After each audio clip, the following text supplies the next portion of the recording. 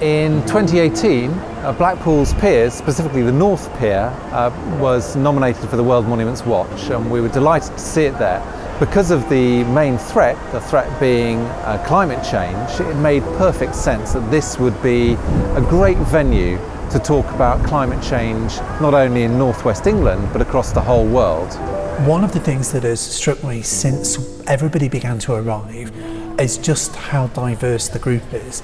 I think it's great that we can get these people together in one room to talk about a problem that everybody shares. Over the last few years, we've welcomed people from all over the world for various different reasons into Blackpool. I mean, that is what we do. We are a place where we welcome people on an annual basis. So we've found it's been really valuable to bring lots of different expertise, lots of different experiences to us. So it isn't just about hosting an international event. We have downstairs a room full of speakers and delegates, 60 speakers from 13 countries, and it's an unparalleled event, I think. We produce and emit carbon. It's important because it gathers together, as they say, speakers from all over the world. I came to Blackpool because I really wanted to share knowledge with some of the other people who are working on the same issues. I think this is one step into the right direction.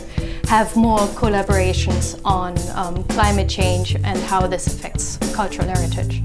The fact that we are entwining climate change and heritage, it's a fairly new area for me, and it's really, really important. We need to bring all the disciplines together to begin to look at this problem in a positive way. So climate change is an issue globally, and none more so than the effects it's going to have on the coast over the next 5, 10, 15 years. India has been facing a lot of changes, impacts of climate changes. There have been a lot of events, recent calamities in the country. There are archaeological, historic and prehistoric sites that are at substantial risk of being lost permanently if action's not taken. I've been through 16 hurricanes so far, so they're more violent than they used to be, they're more frequent than they used to be. I've been researching in this area since about 2007, and for a long time people kept talking about it as something that's going to happen in the future, but the reality is it's actually happening now. I think people get a bit fed up of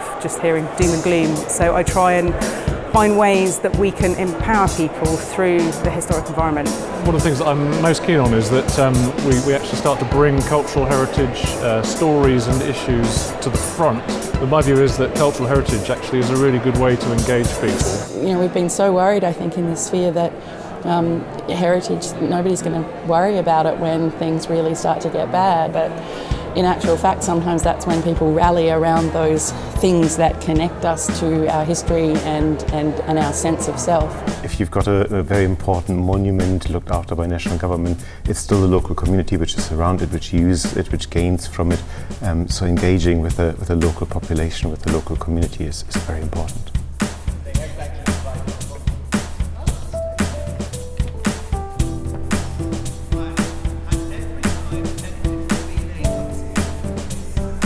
This is actually going to help everybody, I think, in attendance understand what's going on elsewhere and help them find potential solutions to some of the challenges.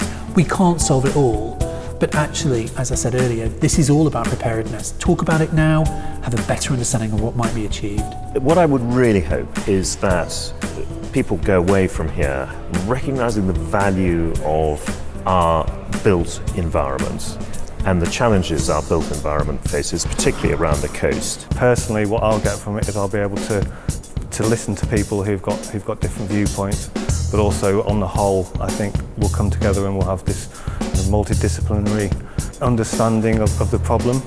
I hope that people are going to go from this conference, take the message that we are thinking about it very seriously, and get people to take ownership of this as a problem. Get angry about it. Do something about it. Maybe 10 years ago, when I started banging my box about climate change, everybody said, "Oh yeah, economics come into it. We can't afford this. We can't afford that."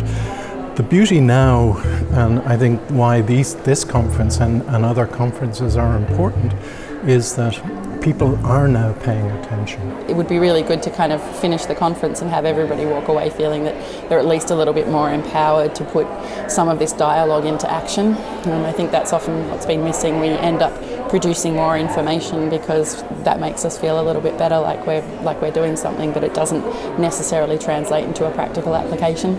So I think, judging from just what I've seen already, everybody's in a really good position. That's the same sort of thing that everybody's looking for.